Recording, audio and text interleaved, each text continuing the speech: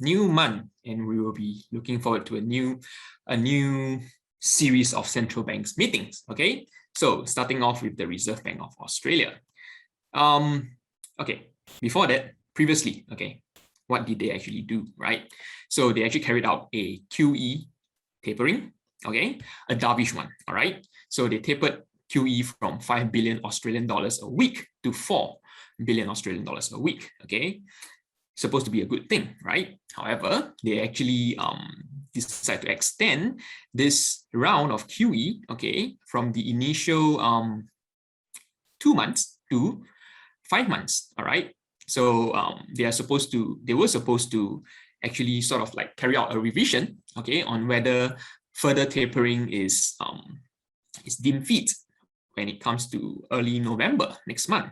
However, because of the whole spike in cases again, Delta variant cases in Australia, which led to more lockdowns across the country, they decided to actually extend this this current round of QE, okay, to February 2022. Okay, so by then they will have a clearer idea, okay, clearer picture of whether or not they should continue to taper it down to 3 or maybe lower, okay, or to hold it unchanged. All right, so that was what being carried out last meeting. Okay, what should we be expecting for this time around?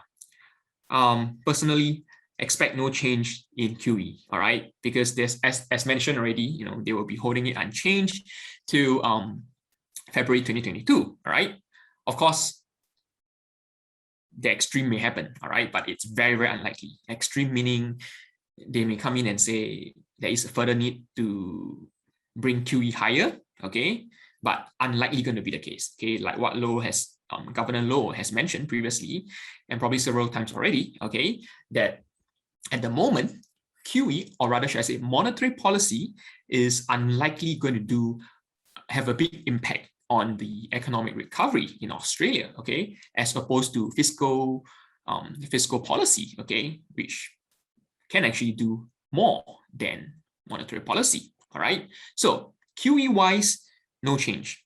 Interest rates, it's more likely that there's not going to be any change, all right? However, I would like to bring your attention to this.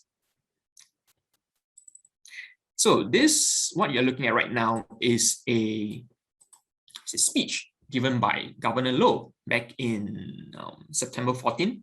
Okay, so the main point of this speech over here is, let me just scroll all the way down. Bonds. Okay. The main takeaway for this speech, okay, is this. Governor Low, he can't really understand why the market is pricing in an interest rate hike, okay, before 2024, all right? So, this is the part here.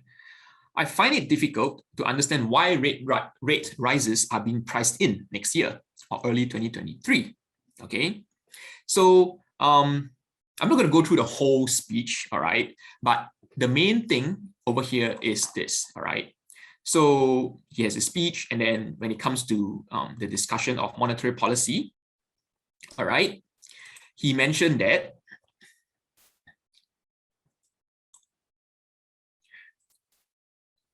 wait, let me look for the section over here. Okay, so he mentioned that inflation, all right, inflation in Australia is actually a key factor, all right? So I think it was since last year, I think it was late last year, that the central bank, RBA, actually mentioned that, you know what, actual inflation rate is much more important than forecast inflation, okay? So the main reason he gives is the central bank committee members, okay, do not want to run the risk that, they increase interest rate based on the fact that the forecast has been good, right? Has been strong. Only to face that, only to lead to the scenario that it did not come to pass, all right? Meaning the actual inflation did not actually go as projected, go as forecasted, right? So it will be too late to revert everything. And even if they were to do so, it will create a mess in the market, all right?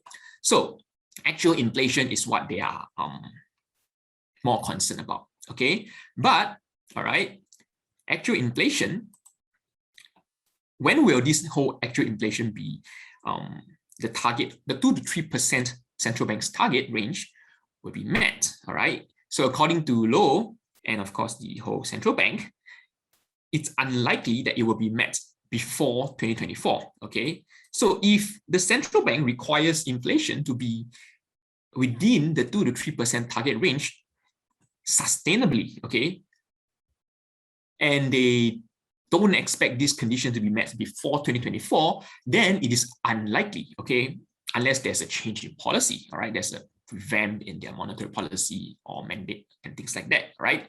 Otherwise, it is unlikely that we will be seeing an interest rate from the RBA before 2024, all right? However, okay, market is actually pricing in, okay, pricing in interest rate hike before 2024, like 2022 and 2023, all right?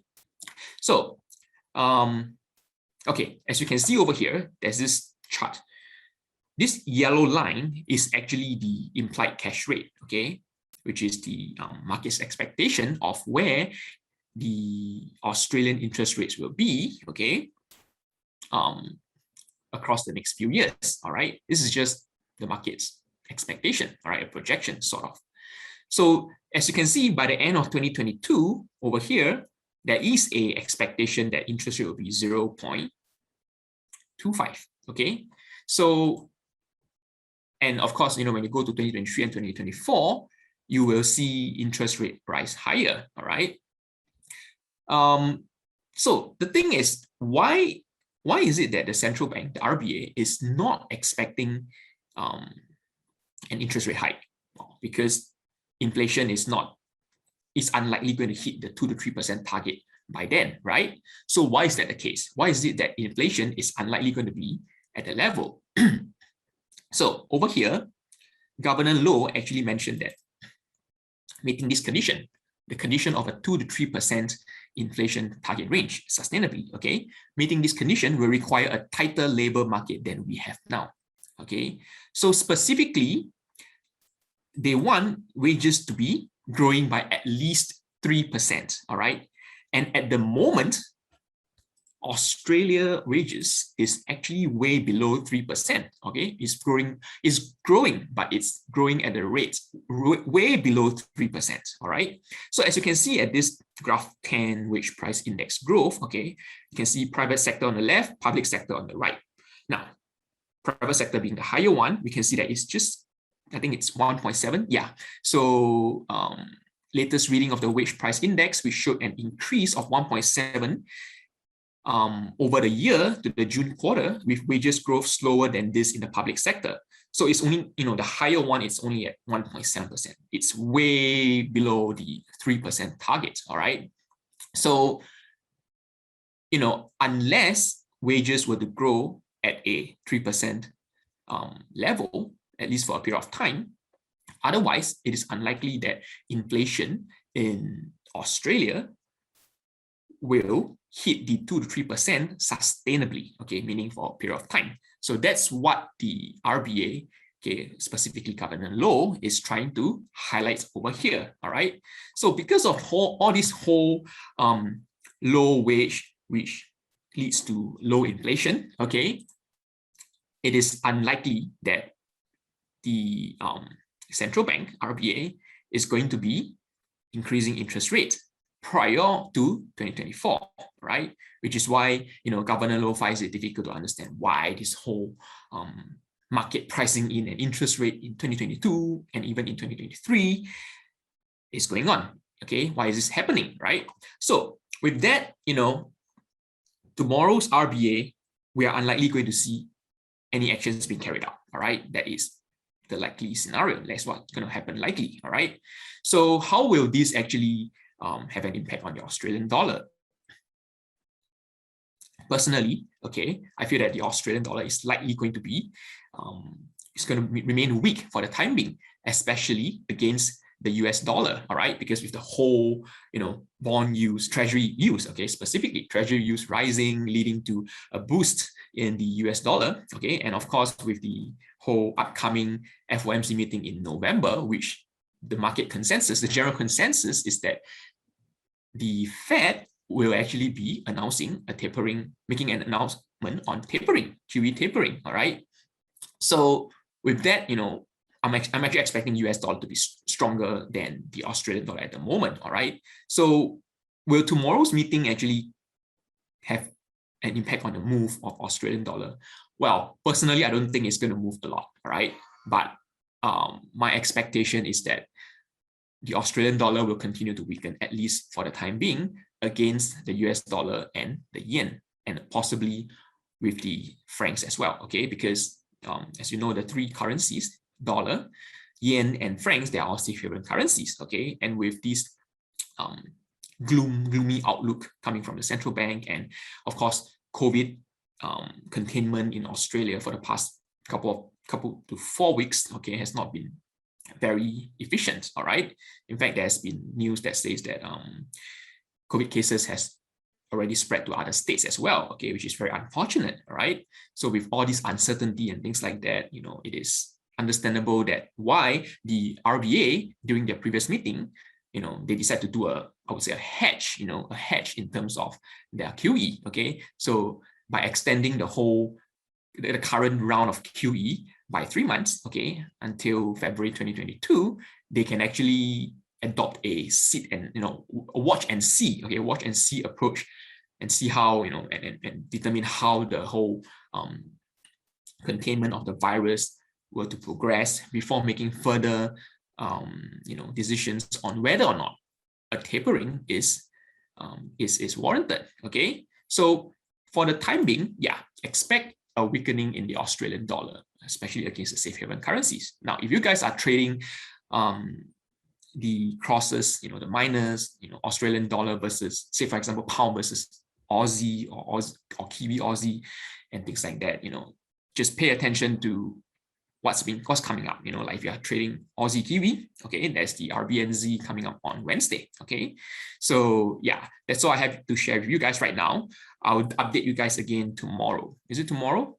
Okay, on Wednesday, actually. Yeah, on Wednesday, on what will go down for the Australian RBA meeting. So while we have you here, the $1 million question, do you think the RBNZ is going to increase rates? I'm sorry? Do you think the Reserve Bank of New Zealand will increase rates this week? Oh man, I should be covering this tomorrow, okay? But like what Jun always say, I will give you guys a bonus, okay? So for you guys who actually are in the currency call right now, yeah, I will just share with you a little bit. Personally, I feel that yes, they will be hiking interest rate. The Reserve Bank of New Zealand will be hiking interest rate on Wednesday during their monetary policy meeting. Now, the main question is by how much? Is it going to be a 0.25% as initially expected by the market? Or is it going to be a 0.5% as mentioned by Assistant Governor Hawkesby, during his most recent speech, okay? I'm going to talk about it more tomorrow, but for now, I'm just going to say I'm more inclined towards 0.25%, all right? That's all I'm going to say. Come back tomorrow and I'll talk more about it, all right? You don't think they're going to disappoint the market and not do a hike? Unlikely, okay? In fact, even if they were to do okay, I'm talking a bit too much right now, but yeah. In fact, if they were to actually carry out a 0.25% rate hike, that may actually be a slight disappointment to the market, okay? A dovish hike? A dovish hike, exactly. Just like what the RBA did, dovish dovish tapering. Right now we may actually be seeing a dovish hike. Would you rule out a non-action from the RBNZ? You mean to hold interest rate unchanged at 0.25%? Yeah. Oh my goodness. Okay. I won't rule out that possibility. All right. But if that were to happen, yeah, it's likely that the New Zealand dollar is going to, receive quite a big hit from, the inaction by the Reserve Bank of Well, New Zealand. even with a dovish hike, we're going to see some downside as well, don't you think? Exactly. Yeah, that's likely going to be what we'll be seeing if a dovish hike were to be carried out. All right, cool. All right, I'll leave the rest for tomorrow. Otherwise, it's going to be a spoiler. People who will be joining tomorrow will be like, wait, what about the RBNZ outlook, right? Okay, with that, I'll hand it back to Scott.